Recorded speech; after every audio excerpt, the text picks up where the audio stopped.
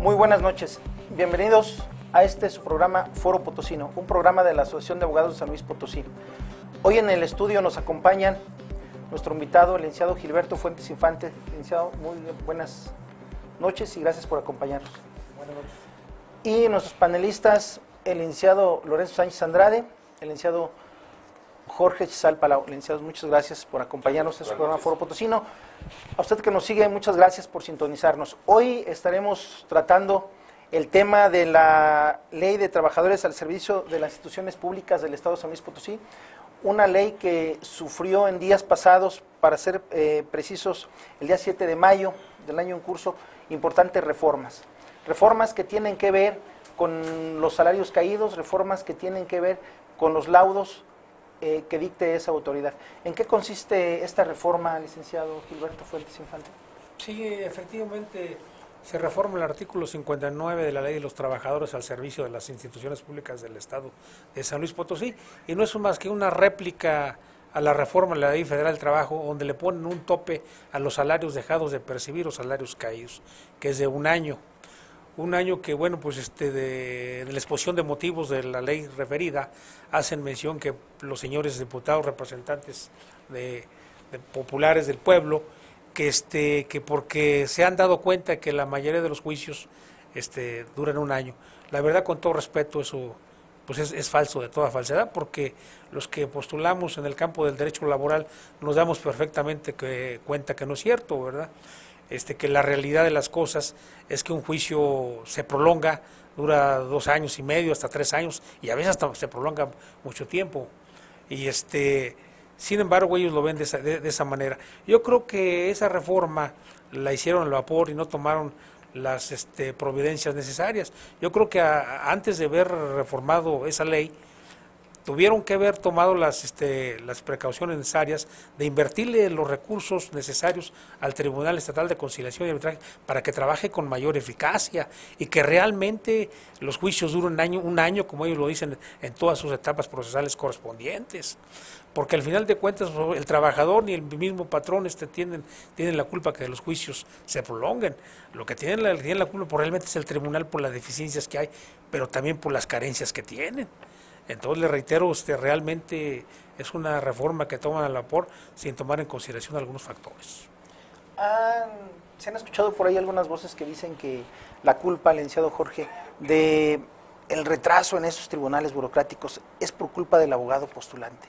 ¿Qué opina usted al respecto? Cuando vemos que poco o nada se hace por eficientizar el quehacer en esos tribunales. Puede haber habido algún momento en el que a lo mejor los trabajadores caían en manos de abogados que efectivamente buscaban retrasar los asuntos en función de la acumulación de salarios caídos que pudiera significar, y entonces puede hacer un mejor negocio. Vamos, no lo descarto. Pero no creo que esa sea la razón. Punto número 1, porque a fin de cuentas el problema venía desde la ley. Es decir, antes de esta reforma hubo una reforma de hace 1 o 2 años a la ley, porque el plazo para demandar una vez que el trabajador del sistema burocrático era despedido era de 1 año. Entonces, efectivamente había abogados que lo que hacían era que esperaban el año, incluso liquidaban a los trabajadores y adquirían la cesión de los derechos de litigio para efecto de poder aprovechar ese año ya como una manera de inversión, es decir, como una manera de poder tener una ganancia. No, vamos, serían los menos, pero permitía la ley de alguna manera jugar un poco con esto. Uno de los grandes problemas que yo le veo es el tema de los salarios caídos. No ha quedado lo suficientemente claro dentro de lo que es la legislación laboral y la jurisprudencia en general. Y ese es precisamente uno de los puntos que tiene el litigio laboral, tanto en el ámbito privado como en el ámbito burocrático, porque es la mayor parte o representa la mayor parte de la cantidad de dinero que se recibe en un laudo.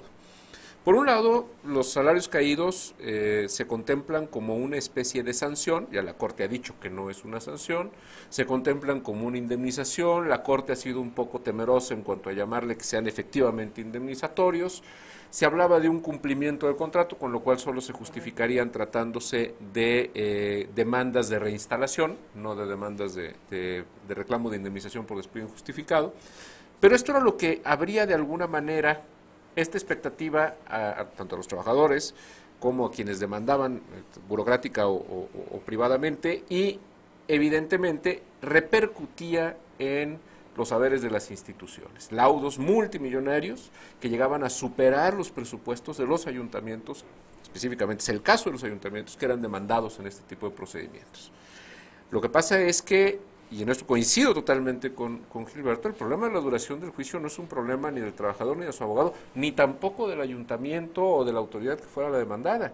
Simple y sencillamente la ley marcaba unos tiempos y el tribunal tenía otros tiempos distintos. Es decir, las audiencias se señalaban, en lugar de dentro de los 15 o 10 días que debieran de señalarse, se señalaban 5 o 6 meses después. Y si por alguna causa había un diferimiento o había un periodo de calificación de pruebas y luego el desahogo, ya en un año apenas estaría hablándose del desahogo de pruebas. Entonces, evidentemente, pues, los salarios caídos seguían generándose, y por eso es por lo que el legislador, tomando en consideración esos resultados, hace estas reformas. Por un lado, reducir el tiempo para poder presentar la demanda, y por otro, tratar de limitar, como el caso de la reforma que estamos comentando, el monto de los salarios caídos. Sin embargo, el Poder Legislativo ni asigna más recursos para que los tribunales puedan ser más eficientes, en este caso el Tribunal Burocrático, ni tampoco hace las reformas necesarias para que el procedimiento efectivamente pueda ser operativo. Y un último comentario en este sentido: además, normalmente estamos escuchando en muchas áreas la mediación y la conciliación como un mecanismo para llegar a un arreglo en una controversia, y la peor presencia que podía haber en contra de la mediación laboral se llama la Auditoría Superior del Estado. La Auditoría Superior del Estado, en el momento que un ayuntamiento que despide a un trabajador quiere llegar a un convenio con ese trabajador, inmediatamente la auditoría le formula una observación. ¿Por qué? Porque debe de agotar todo el procedimiento legal. Y evidentemente, si ya hay un laudo firme, ¿qué trabajador se va a poner a negociar? Si ya tiene un laudo que le garantiza un pago millonario en función del tiempo que transcurrió para esto. No, definitivamente ninguno. Licenciado Lorenzo Sánchez Andrade, con la entrada en vigor de esta nueva ley, ¿se ha visto algún cambio en este tribunal burocrático?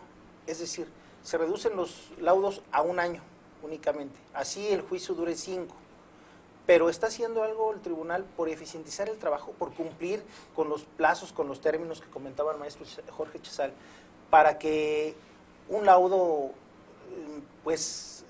sea dictado antes del año, para que también aquí le interesa al abogado terminar relativamente en buen tiempo el asunto para poder cobrar sus honorarios? Al trabajador también le interesa para poder ver su salario, la parte que le corresponde. Pero cuando el tribunal no cumple con los plazos, cuando no es por la culpa del abogado que retrasa el procedimiento, cuando se presenta la demanda en tiempo, que no se dejan correr los 4 meses que marca actualmente la ley, entonces, ¿ahí qué está haciendo el tribunal? ¿Está eficientizando o siguen las cosas exactamente igual? Excelente temática a dilucidar. Yo quisiera pensar en un sueño pues jurídicamente que pudiera ser viable, y digo que un sueño que pudiera ser realizable, que un tribunal funcionara en los plazos y en los términos. ¿Qué pasaría si un tribunal, en este caso el Tribunal Estatal de Conciliación y Arbitraje, que es el encargado de dirimir las controversias entre los trabajadores de los municipios y del Estado de San Luis Potosí, se cumplieran los plazos en tiempo y forma legal? Pues bueno, nos vamos a encontrar con una pared, porque finalmente los recursos económicos que deben de erogar los ayuntamientos o el gobierno del Estado por conducto de algunas de sus dependencias, cuando tienen conflictos con sus trabajadores, no hay recursos económicos para pagarlos. Entonces voy a tener formados a un montón de gente que no va a poder cobrar. ¿Cuál es el siguiente paso? Bueno, pues el licenciado Gilberto lo ha visto muchas veces, ha tenido que recurrir al juicio de garantías para poder proceder a ejecutar esos laudos. ¿Qué es lo que tenemos? Entonces, tenemos una falta de previsión. Una falta de previsión que, si ahorita adecuamos este tribunal y le damos los plazos correspondientes, lo único que vamos a aumentar es la lista de gente que va a estar en la fila esperando cobrar. como bien lo decía Jorge. Hemos hablado hasta el cansancio de la mediación, de la conciliación, del arbitraje. Y estos temas ni por encima le pasan al gobierno del Estado ni a los municipios de la capital. ¿Por qué? Porque deberían de implementar los programas y servicios correspondientes, un programa realmente de conciliación y decirle al trabajador, ok, te ofrezco tanto, te puedo reinstalar, y ver las posibilidades reales y llegar a acuerdos decorosos. Acuerdos que no lastimen la dignidad del trabajador y que en un momento dado puedan solucionar los problemas. Tenemos el caso de un municipio, Tamazunchale, tengo entendido que tiene laudos hasta por 30 millones de pesos del total de sus trabajadores. Es impagable. ¿Qué es lo que pasa? Pues los abogados se aprovechan y a embargar las cuentas que son del ramo 33 y de ciertas partidas que aparentemente son inembargables.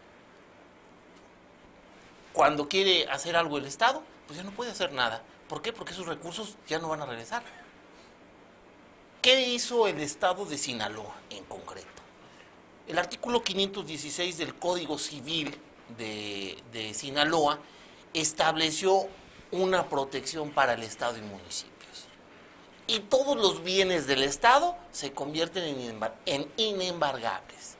¿Qué es lo que hacen? Que estas cuentas se convierten en deuda pública. Entonces hay que formarse la deuda pública. ¿Por qué? Porque vamos a tener que un municipio a lo mejor compre una camioneta para realizar actos para obras públicas, pues esa camioneta nunca va a servir porque va a quedar en manos de un trabajador. ¿Cuántos municipios no están ahogados con tal cantidad? Aquí lo que se requiere es una reingeniería financiera y que se dote de los suficientes recursos a los municipios y un grupo de abogados especialistas en materia de conciliación que con dinero en mano puedan arreglar los asuntos. Así es. A ver, Lorenzo tocó algo que es muy importante, creo yo, que se debe destacar. En el momento que se inicia un juicio laboral, la autoridad demandada, sea ayuntamiento, autoridad estatal, dependencia, organismo descentralizado, quien sea, tiene la obligación de registrar como pasivo contingente el posible resultado de ese pleito. Y consecuentemente debe de tener una cuenta presupuestal contingente en el presupuesto del siguiente ejercicio. Si no lo hace, está incurriendo en una responsabilidad. ¿Qué es lo que sucede? Que muchas de las sanciones que se dan, por ejemplo, a presidentes municipales, es porque como tienen que cumplimentar los laudos, toman dinero del gasto corriente o toman dinero de otras partidas que en el presupuesto estaban contempladas para un gasto específico para pagar los laudos, cuando en realidad tendrían que presupuestar el posible cumplimiento de esos laudos. Que regularmente no se hace. Y que además, si lo llegan a conveniar, entonces la Auditoría Superior del Estado se los observa. ¿Sí? Y otra cuestión que también deriva de lo mismo, creo que también es muy importante, el hecho de no cumplir con los plazos y términos que fija la ley si no hay causa justificada es un delito. En el Código Penal viene delito contra la Administración de Justicia el no resolver dentro de los plazos y términos que fijan las leyes. Y la causa justificada no puede ser la falta de recursos porque ya la Suprema Corte dijo que eso no es pretexto. El gobernado no tiene por qué soportar la falta de previsión de las autoridades. Consecuentemente, si un tribunal no cumple dentro de los plazos, el titular del tribunal, sea el pleno del tribunal de arbitraje o una persona individual, es penalmente responsable. Y entonces, ahí también hay una causa de responsabilidad.